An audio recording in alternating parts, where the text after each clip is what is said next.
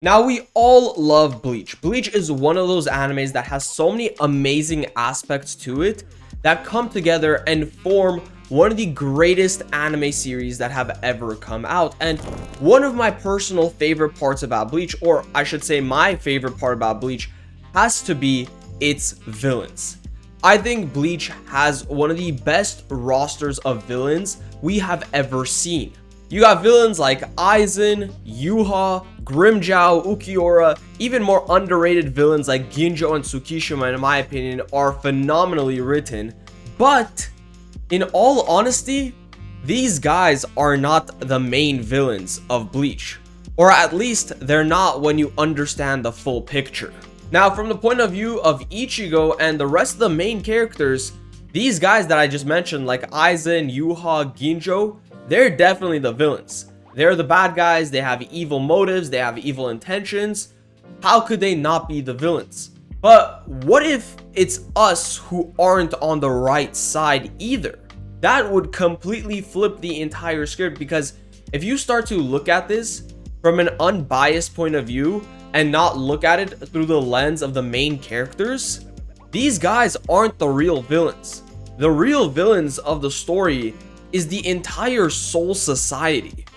Now, don't get me wrong, I am not trying to say that characters like Yuha, Aizen, Tsukishima, Ginjo, that they're saints or that they're the heroes of the story, because they definitely are not. They are still pretty big villains, but they are not as big as the Soul Society.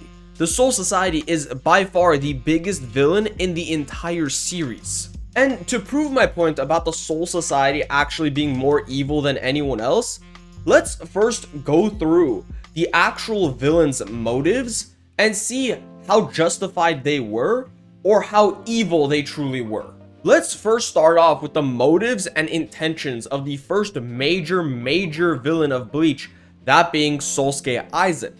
For a large chunk of the story, Aizen is portrayed to be completely evil, wanting nothing but to stand at the top above everyone else. People just assume that Aizen was one of those characters with an insane god complex who wanted to rule all others. However, when Aizen was defeated by Ichigo and Urahara at the end of the Arrancar arc, he reveals a piece of dialogue that completely transforms his entire character.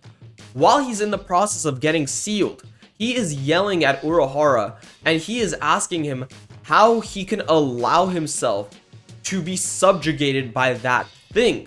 Now, at the time, we had no clue what Aizen was talking about. But then we learned that Aizen meant the Soul King. And we still didn't really understand why Aizen said this up until the 1,000-Year Blood War arc, where we see the Soul King, and frankly, he's no king. It's literally just a lifeless body that is barely keeping the three realms together like glue. Now, if I find out that my entire life I've been complying to a lifeless body, I'd also be pretty angry. And Aizen, all he had was the power to actually make a change, which is why he wanted to be the one who ruled everything rather than a lifeless being at the very top doing practically nothing. Even Ichibe in Can't Fear Your Own World talks about how the public cannot figure out the truth about the Soul King, or else there will be utter chaos, and rightfully so. People genuinely believe that there is a being at the very top that is ruling everything, when in reality there really isn't, and the being at the top is simply the glue holding the realms together. Aizen did go about his plans in a pretty evil way, and he did a lot of evil things to achieve it, but at the end of the day, his intentions were pretty justified. Let's move on to Ginjo, and this man Ginjo was betrayed by the Soul Society. It is revealed that he was also a substitute Soul Reaper. He was the first substitute Soul Reaper long before Ichigo, and apparently the Soul Society was constantly tracking him and suppressing his own power in a way to control him. And it's actually revealed that they were doing the same exact thing to Ichigo Kurosaki after Ichigo put his life on the line multiple times to save the Soul Society when they were in danger, despite the fact of him not needing to. Again, Ginjo's feelings and thoughts, much like Aizen's, were extremely justified because the Soul Society lied to him, they betrayed him, especially when Ginjo thought that they were his allies. So we have two main villains in Bleach, that being Aizen and Ginjo, who we've covered already, whose main motives stem from the lies that they have been told by the Soul Society. So, by the looks of it, it seems like the Soul Society is creating their own villains and then labeling them as the villains, meanwhile they're the heroes. By the looks of it so far, it seems like the Soul Society is the root of the problem. But that's not all, because let's move on to Yuha and the rest of the Quincy army in Thousand Year Blood War. On paper, these guys are evil. They invaded the Soul Society, they slaughtered countless amounts of Soul Reapers, and Yuha's main goal is to take the place of the Soul King and reshape the three realms of Bleach. But his motive comes from the fact that his people, the Quincy's, his literal children, were all slaughtered by the Soul Society and by the Soul Reapers. Like, how can it not get more justified than that? And yes, I know people are going to say the Soul Society had to do it for the greater good because the Quincy's were going to take out all of the Hollows, but I feel like there could have been some sort of compromise. And the Quincy's were kind of justified in that sense too, because Hollows are their literal poison. Like, they instantly die to any contact made by a Hollow, so it makes sense why the Quincy's would want to take all of the Hollows out. But the Soul Reapers and the Soul Society didn't want to hear any of it, and they just straight up slaughtered every single Quincy out there. And defeating Yuha and majority of the Quincy's wasn't enough for them, because they proceeded to hunt down the rest of the Quincy's for hundreds and hundreds of years. And not only did they hunt them down, but they experimented on them, doing all sorts of inhumane stuff, as shown with Mayuri. And as we can see, the Soul Society knew all about this. It's not like Mayuri was doing these secret experiments. The Soul Society clearly knew what Mayuri was doing, and they didn't care. They were fine with it. So even though Yuha and the Quincy's are ransacking the Soul Society in the Thousand Year Blood War arc, it's kind of well deserved. I mean, all of their people were slaughtered, and not only were they slaughtered, they were experimented on, they were hunted down centuries after the main conflict. So the biggest, baddest, quote-unquote villains in Bleach were all created because of the Soul Society, because of the Soul Society's corruption, and because of the Soul Society's lies. So if something is able to create three major villains, doesn't that say how evil the Soul Society itself is?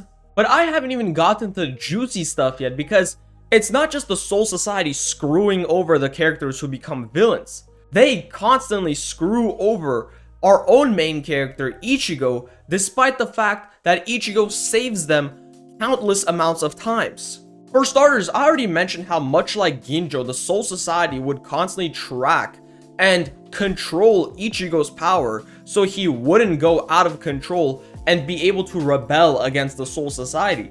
And this was after Ichigo saved the Soul Society 2 times. 2 times he saves the Soul Society, and these guys still decide to track him and still decide to control his powers because apparently he could not even be trusted by them. However, that's not even the worst thing that they wanted to do to Ichigo, because after the end of the Thousand Year Blood War arc, when the Soul King had been killed and there was nobody to hold up the three realms together, the Soul Society, mainly Ichibei, was looking for a replacement, and one of their top candidates was Ichigo Kurosaki. And this wasn't going to be like a formal offer for Ichigo. This was going to be a forceful offer, because if they couldn't find another candidate other than Ichigo, the Soul Society was planning to force Ichigo into that position. And again, this was after Ichigo had already saved the Soul Society for a 3rd time, defeating Yuha and the entire Quincy army. And yet, they were ready to rob this man of his entire life and force him into a position that he probably wouldn't have wanted to be in. And his entire existence was going to be the exact same as the previous Soul King, where his only role to play was to hold the 3 realms together. But luckily for Ichigo, they were able to replace the Soul King with the chunks of Yuha's body, and that became the glue for the Soul Society and the supposed new Soul King. But still, imagine putting your life on the line numerous amounts of times, even when you don't have to. And these people who you save are ready to rob you of your own life and are ready to betray you at any given moment. Ichigo, in all honesty, had every single right to be a villain. In fact, all of the major villains in Bleach had all the reason to become villains because they had been lied to by the Soul Society and they had been betrayed by the Soul Society. So it makes sense why all of them decided to rebel. So the main villain in Bleach is not Aizen, it's not Yuha, it's not the Quincy's, it's the Soul Society, without a doubt in my mind. Anyways, with all that being said, I hope you guys enjoyed the video, and make sure to like and subscribe, and let me know what other videos you guys want to see in the future. I hope you all have a great rest of your day, and I'll see you guys on the next one.